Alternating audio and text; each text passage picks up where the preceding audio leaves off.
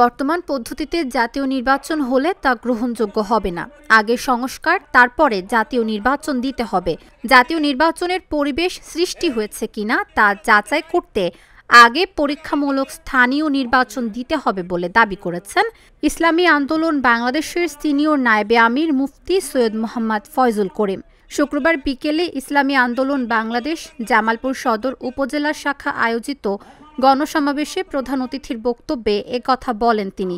সদর উপজেলার নান্দিনা সরকারি পাইলট উচ্চ বিদ্যালয় মাঠে অনুষ্ঠিত গণসমাবেশে অন্যান্যদের মাঝে বক্তব্য রাখেন ইসলামী আন্দোলন জামালপুর জেলা শাখার সভাপতি মুফতি মোস্তফা কামাল, সাধারণ সম্পাদক মাওলানা সুলতান মাহমুদ সিরাজি ও সাবেক সভাপতি ডাক্তার সৈয়দ মোহাম্মদ ইউনুস আহমেদ। সমাবেশে এনসিপি ও গণ অধিকার পরিষদের নেতৃবৃন্দও উপস্থিত ছিলেন।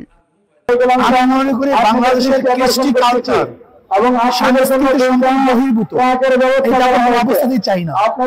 আমি অন্তর্বর্তী সরকারকে বলবো এই মানবাধিকার যে অফিস দেওয়া হয়েছে এটাকে বাতিল করা হবে। যদি বাতিল না করে তাহলে বাংলাদেশের জনগণ